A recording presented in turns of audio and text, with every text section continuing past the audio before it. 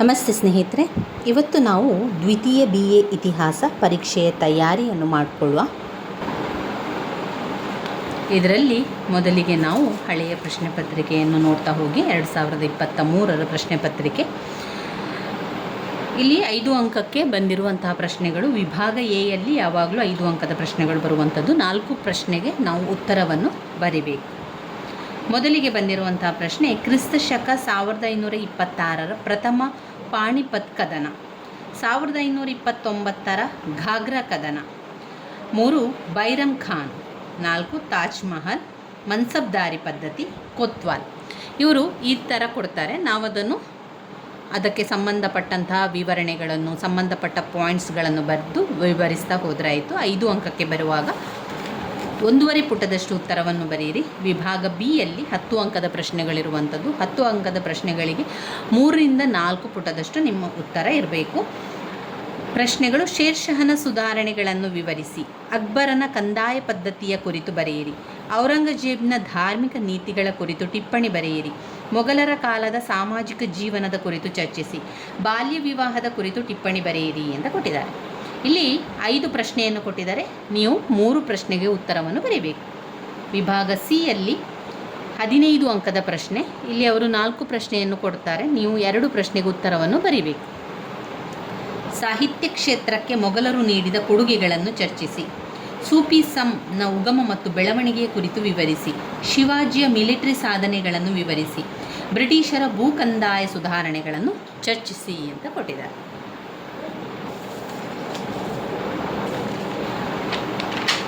ಇದರಲ್ಲಿ ಬ್ಲಾಕ್ 1ರಲ್ಲಿ ನೀವು ಓದಬೇಕಾಗಿರುವಂತಹ ಮುಖ್ಯವಾದಂತಹ ಪ್ರಶ್ನೆಗಳು: ಶೇರ್ಷಹನ ಸುಧಾರಣೆಗಳು, ಅಕ್ಬರನ ಕಂದಾಯ ಧಾರ್ಮಿಕ ನೀತಿ, ಔರಂಗಜೇಬ್ನ ಪ್ರಮುಖ ನೀತಿಗಳು, ಮೊಘಲರ ಸಾಮ್ರಾಜ್ಯದ ಅವನತಿ ಮತ್ತು ಪತನಕ್ಕೆ ಕಾರಣಗಳು. ಅದಾದ ಮೇಲೆ ಬ್ಲಾಕ್ 2ರಲ್ಲಿ ಮನ್ಸಬ್ದಾರಿ ವ್ಯವಸ್ಥೆ, ಮೊಘಲರ ಸಾಹಿತ್ಯಗಳ ಬಗ್ಗೆ, ಆಮೇಲೆ ಸೂಫಿ ಪಂಥದ ಬಗ್ಗೆ ಓದ್ಕೊಳ್ಬೇಕು. ಬ್ಲಾಕ್ 3ರಲ್ಲಿ ಓದಬೇಕಾಗಿರುವಂಥದ್ದು ಮರಾಠರ ಆಡಳಿತದ ಬಗ್ಗೆ, ಬಾಲಾಜಿ ವಿಶ್ವನಾಥನವರ ಸಾಧನೆಗಳು, ಬಾಲಾಜಿ ಬಾಜಿರಾಯರ ಸಾಧನೆಗಳನ್ನು ಓದ್ಕೊಳ್ಬೇಕು. ಬ್ಲಾಕ್ 4ರಲ್ಲಿ ನಾವು ನೋಡಿದರೆ ಇದರಲ್ಲಿ ಸಾಮಾಜಿಕ ಧಾರ್ಮಿಕ ಸುಧಾರಣಾ ಚಳುವಳಿ, ವುಡ್ಸ್ ವರದಿ, ಆಮೇಲೆ ಬ್ರಿಟಿಷರ ಭೂಕಂದಾಯದ ನೀತಿ, ಅವುಗಳನ್ನಷ್ಟು ಓದ್ಕೊಳ್ಳಿಕ್ಕಿದೆ.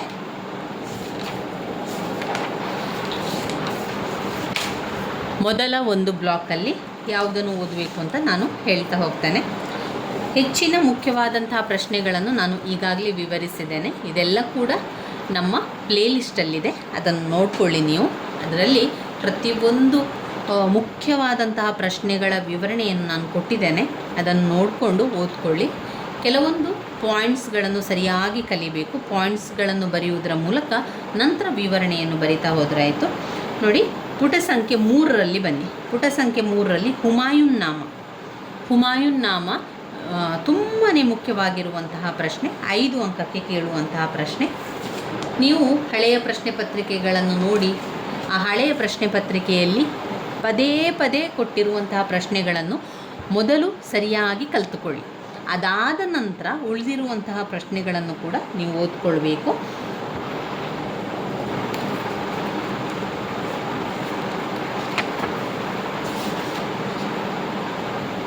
ಹುಮಾಯೂನ್ ನಾಮ ಅದನ್ನು ಬರೆದವರು ಗುಲ್ ಬದನ್ ಬೇಗಂ.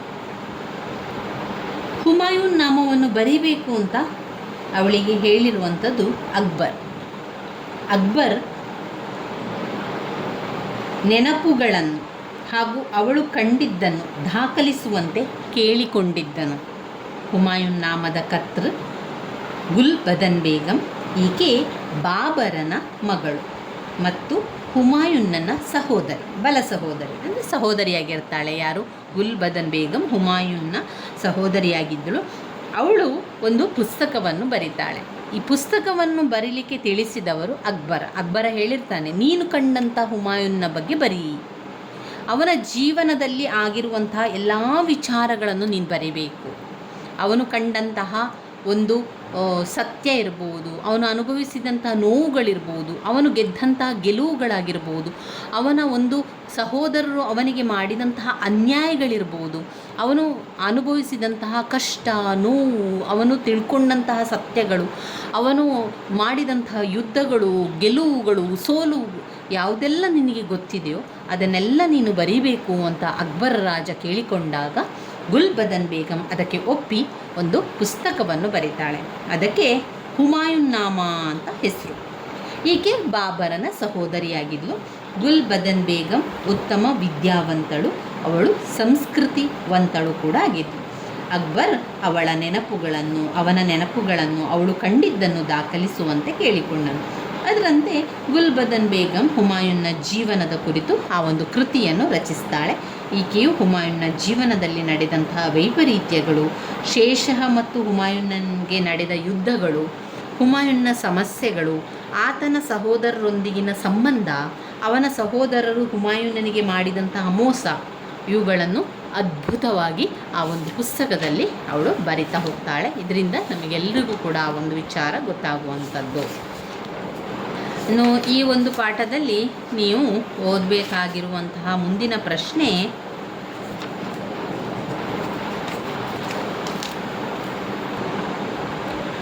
ತುಂಬ ಜನರಿಗೆ ಪ್ರಶ್ನೆ ಇರಬಹುದು, ಅವರು ಕೊಟ್ಟಿರುವಂತಹ ಪ್ರಶ್ನೆಗಳನ್ನು ಅವರು ಕೊಡ್ತಾರಾ ಅಂತ. ಕೆಲವೊಮ್ಮೆ ಏನು ಮಾಡ್ತಾರೆ ಅಂತ ಹೇಳಿದರೆ, ಟೆಕ್ಸ್ಟ್ ಬುಕ್ಕಲ್ಲಿರುವಂತಹ ಪ್ರಶ್ನೆಗಳನ್ನೇ ಅವರು ಕೊಡ್ತಾರೆ. ಈಗ ನಾವು ಒಂದು ಪಾಠ ಆದ ನಂತರ ಅಲ್ಲಿ ಕೆಲವೊಂದು ಸ್ವಯಂ ಕಲಿಕಾ ಪ್ರಶ್ನೆ ಅಂತ ಕೊಟ್ಟಿರ್ತಾರೆ ನೋಡಿ. ಮೊಘಲರ ಇತಿಹಾಸದ ಅಧ್ಯಯನಕ್ಕೆ ಲಭ್ಯವಿರೋ ಪರ್ಷಿಯನ್ ಸಾಹಿತ್ಯ ಆಧಾರಗಳನ್ನು ವಿವರಿಸಿ, ಬಾಬರನ ಆಕ್ರಮಣ ಪೂರ್ವದ ಭಾರತದ ಪರಿಸ್ಥಿತಿಯನ್ನು ವಿವರಿಸಿ ಅಂತ ಇಲ್ಲಿ ಕೊಟ್ಟಿದ್ದಾರೆ. ಅದನ್ನು ನೀವು ಒಮ್ಮೆ ನೋಡ್ಕೊಳ್ಳಿ, ಅದರೊಳಗೆ ಉತ್ತರ ಏನಿದೆ ಅಂತ ಅವರೇ ಕೊಟ್ಟಿರ್ತಾರೆ ನೋಡಿ. 1.2ರಲ್ಲಿ ಅದಿದೆ. 1.2 ಇಲ್ಲಿದೆ ನೋಡಿ. 1.2 ಬಾಬರನ ಬಗ್ಗೆ ಇಲ್ಲಿದೆ ನೋಡಿ. ಬಾಬರ ನಾಮವನ್ನು ಶ್ರೀಮತಿ A.S. ಬಿವರಿಡ್ಜ್ ಎಂಬುವವರು ಇಂಗ್ಲಿಷ್ ಭಾಷೆಗೆ ತರ್ಜಮೆ ಮಾಡಿದರು. ಬಾಬರನು ಸಾಹಿತ್ಯದಲ್ಲಿ ಅತಿಯಾದ ಅಭಿರುಚಿಯನ್ನು ಹೊಂದಿದನು. ಈ ರೀತಿಯಾಗಿ ಅವರು ಕೊಟ್ಟಿರುವಂತಹ ಪ್ರಶ್ನೆಗಳ ಉತ್ತರವನ್ನು ಒಮ್ಮೆ ನೋಡಿಕೊಳ್ಳಿ.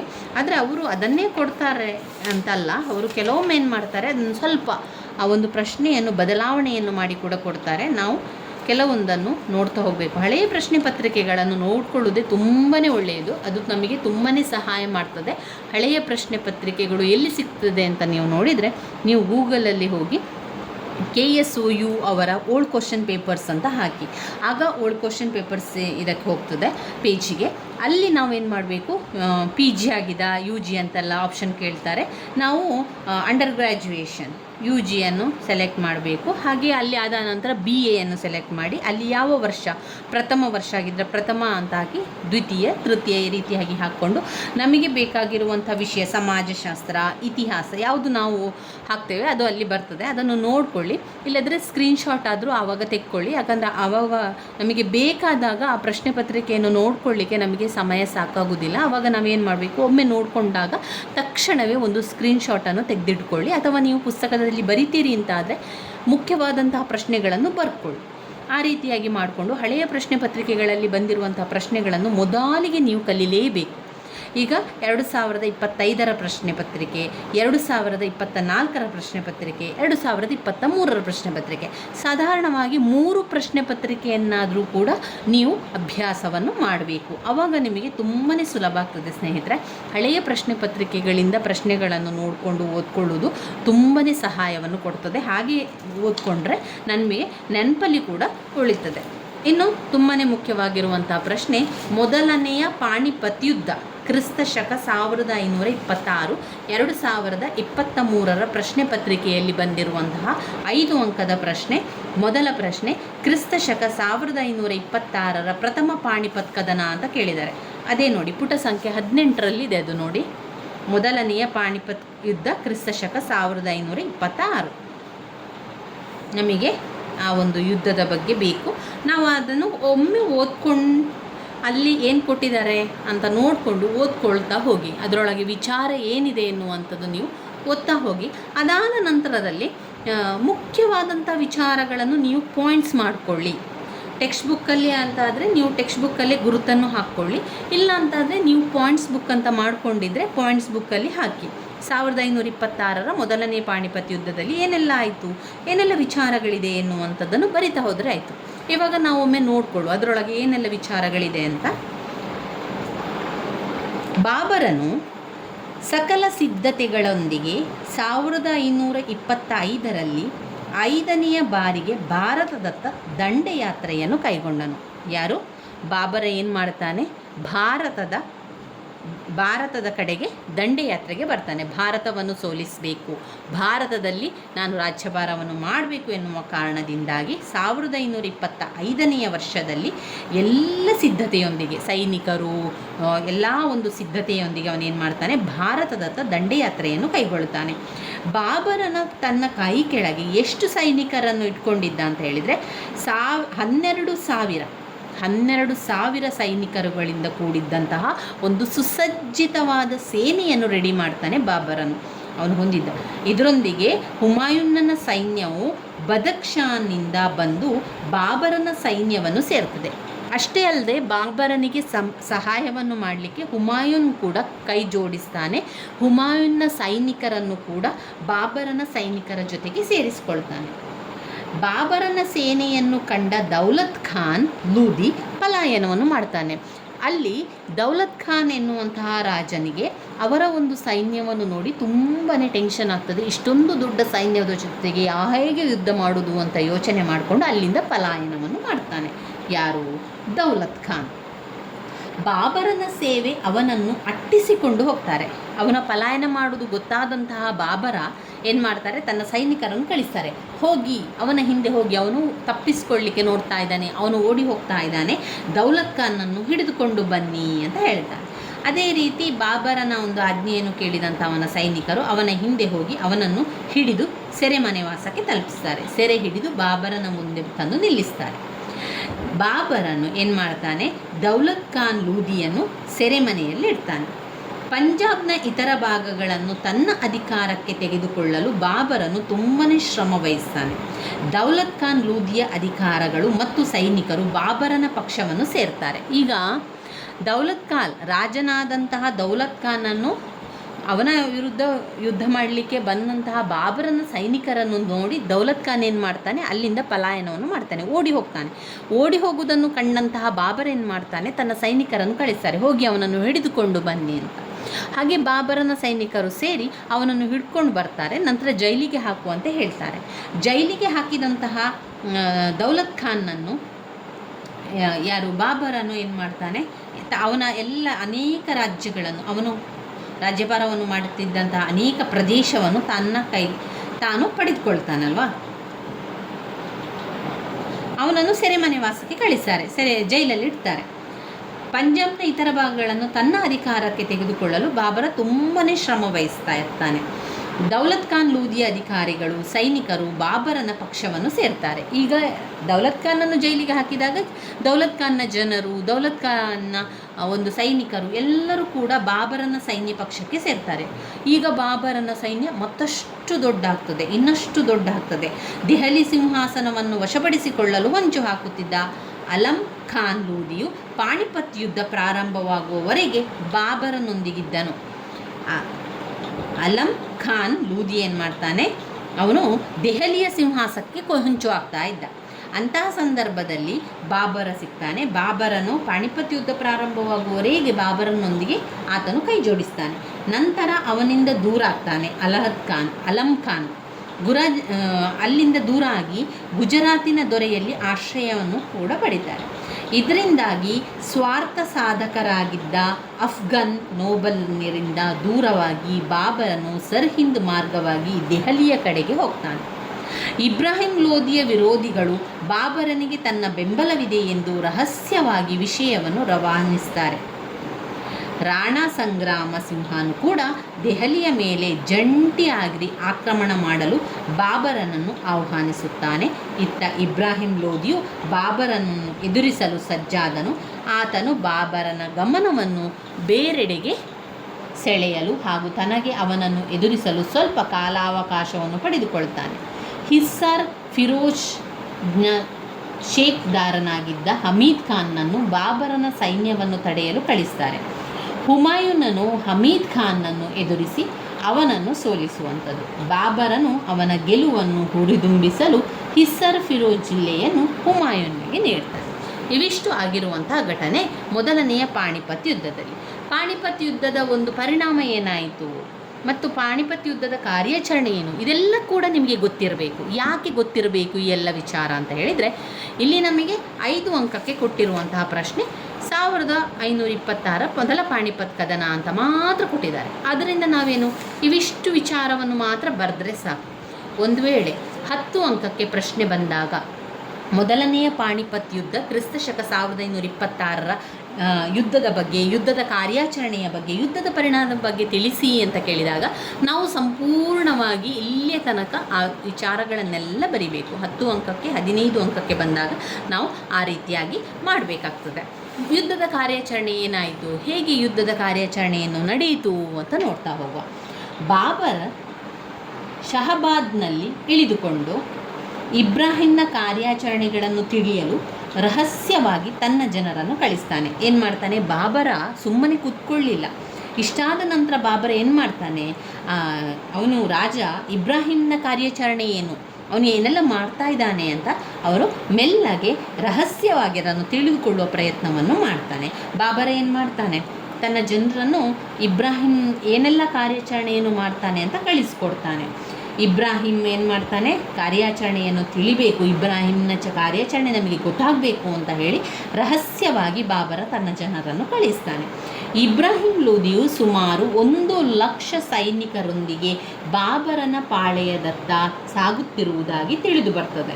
ಇದನ್ನು ತಿಳಿದಂತಹ ಬಾಬರ ಏನು ಮಾಡ್ತಾನೆ, ತನ್ನ ಸೈನ್ಯಕ್ಕೆ ನಿಧಾನವಾಗಿ ಚಲಿಸಬೇಕು ಅಂತ ಆಜ್ಞೆ ಕೂಡ ಮಾಡ್ತಾನೆ.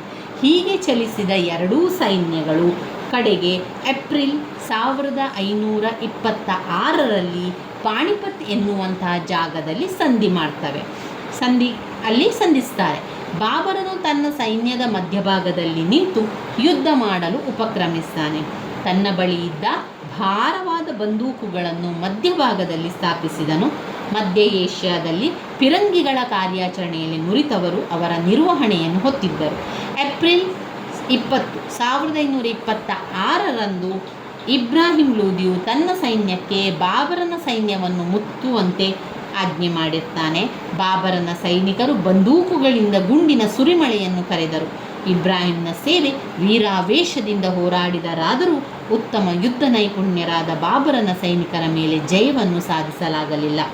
ಯುದ್ಧ ಪ್ರಾರಂಭವಾದ ಕೆಲವು ಗಂಟೆಗಳ ಒಳಗೆ ಇಬ್ರಾಹಿಂ ಲೂದಿಯ ಸಾವಿರಾರು ಸೈನಿಕರು ಅಸುನೀಗಿದರು. ಮಧ್ಯಾಹ್ನದ ವೇಳೆ ಯುದ್ಧ ನಿಲುಗಡೆಗೆ ಬಂದಿತು. ವಿಜಯದಿಂದ ಉನ್ನತರಾದ ಬಾಬರನ ಸೈನಿಕರು ಹರ್ಷದಿಂದ ದೆಹಲಿಯತ್ತ ಸಾಗಿದರು. ಬಾಬರನು ಹುಮಾಯೂನನಿಗೆ ಆಗ್ರಾಕ್ಕೆ ಹೋಗಿ ಅಲ್ಲಿದ್ದ ಸಂಪತ್ತನ್ನು ವಶಪಡಿಸಿಕೊಳ್ಳಲು ತಿಳಿಸಿದನು. ದೆಹಲಿಯ ನಾಗರಿಕರು ಬಾಬರನಿಗೆ ವೈಭವದ ಸ್ವಾಗತವನ್ನು ನೀಡಿದರು.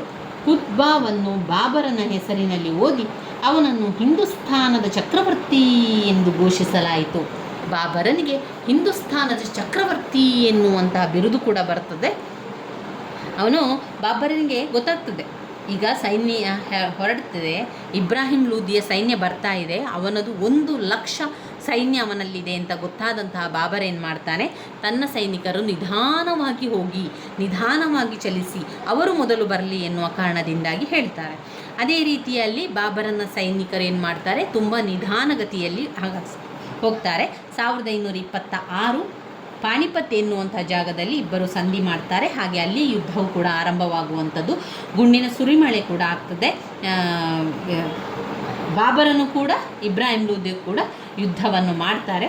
ಕೊನೆಗೆ ಅಲ್ಲಿ ದೆಹಲಿಯ ನಾಗರಿಕರು ಬಾಬರನಿಗೆ ವೈಭವದ ಸ್ವಾಗತವನ್ನು ಕೂಡ ನೀಡುವಂಥದ್ದನ್ನು ಕಾಣ್ಬೋದು. ಇಬ್ರಾಹಿಂ ಬಾಬರನ ಸೈನ್ಯದ ಮೇಲೆ ಜಯವನ್ನು ಸಾಧಿಸಲಾಗಲಿಲ್ಲ.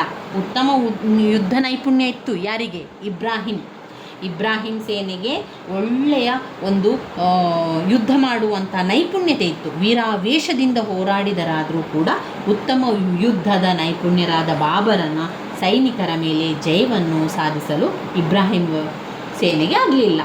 ಯುದ್ಧ ಪ್ರಾರಂಭದ ಕೆಲವೇ ಗಂಟೆಗಳಲ್ಲಿ ಇಬ್ರಾಹಿಂ ಲೂದಿಯ ಸಾವಿರಾರು ಸೈನಿಕರು ಅಸುನೀಗ್ತಾರೆ. ಮಧ್ಯಾಹ್ನದ ವೇಳೆಗೆ ಯುದ್ಧ ನಿಲುಗಡೆ ಕೂಡ ಬರ್ತದೆ. ಇದು ಯುದ್ಧದ ಕಾರ್ಯಾಚರಣೆ ಆಯಿತು. ಇನ್ನು ನಮಗೆ ಬೇಕಾಗುವಂಥದ್ದು ಪಾಣಿಪತ್ ಯುದ್ಧದ ಪರಿಣಾಮ. ಅಂದರೆ ಮೊದಲನೇ ಪಾಣಿಪತ್ ಯುದ್ಧ ಕ್ರಿಸ್ತಶಕ 1526ರ ಪರಿಣಾಮ ಏನಾಯಿತು, ಯಾರು ಸೋಲನ್ನು ಅನುಭವಿಸಿದ್ರು? ಮೊದಲನೆಯ ಪಾಣಿಪತ್ ಯುದ್ಧ ಮಧ್ಯಕಾಲೀನ ಭಾರತದ ಇತಿಹಾಸದಲ್ಲಿಯೇ ಹೆಚ್ಚಿನ ಪ್ರಾಮುಖ್ಯತೆಯನ್ನು ಪಡೆದುಕೊಂಡಿದೆ.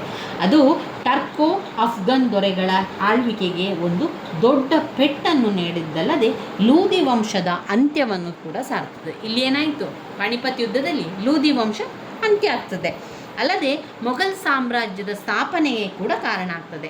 ಈ ಮನೆತನದಲ್ಲಿ ಆಳ್ವಿಕೆ ನಡೆಸಿದಂತಹ ಚಕ್ರವರ್ತಿಗಳು ಯಾವಾಗಲೂ ಉದಾರ ಗುಣಗಳಾದಂತಹ ಸಹಕಾರ, ಸಹಬಾಳ್ವೆ ಪರಿಚಯಿಸುವುದರ ಮೂಲಕ ಭಾರತೀಯ ಸಮಾಜದ ಮೇಲೆ ಒಂದು ಹೊಸ ಸಾಂಸ್ಕೃತಿಕ ಛಾಪನ್ನು ಮೂಡಿಸುವಲ್ಲಿ ಯಶಸ್ವಿಯಾಗ್ತದೆ. ಇವಿಷ್ಟು ಮೊದಲ ಪಾಣಿಪತ್ ಯುದ್ಧದ ಬಗ್ಗೆ ಮತ್ತು ಯುದ್ಧದ ಕಾರ್ಯಾಚರಣೆಯ ಬಗ್ಗೆ, ಯುದ್ಧದ ಪರಿಣಾಮದ ಬಗ್ಗೆ ನಾವು ತಿಳ್ಕೊಂಡೆವು. ತುಂಬಾ ಮುಖ್ಯವಾಗಿರುವಂತಹ ಪ್ರಶ್ನೆ. ಇವಿಷ್ಟು ನಾವು ನೋಡ್ಕೊಂಡಂತಹ ಎಲ್ಲ ಪ್ರಶ್ನೆಗಳು ಕೂಡ ಓದ್ಕೊಳ್ಳಿ, ಸ್ಕಿಪ್ ಮಾಡಬೇಡಿ. ನೀವು ಇದುವರೆಗೆ ಓದ್ಕೊಳ್ಳಿಕ್ಕೆ ಆರಂಭ ಮಾಡಲಿಲ್ಲ ಅಂತಾದರೆ ಇವತ್ತಿನಿಂದಲೂ ಆದರೂ ಕೂಡ ನಿಮ್ಮ ಅಭ್ಯಾಸವನ್ನು ಆರಂಭಿಸಿ ಸ್ನೇಹಿತರೆ. ನಾವು ಇನ್ನಷ್ಟು ವಿಚಾರಗಳನ್ನು ಮುಂದಿನ ವಿಡಿಯೋದಲ್ಲಿ ತಿಳ್ಕೊಳ್ಬೇಕು.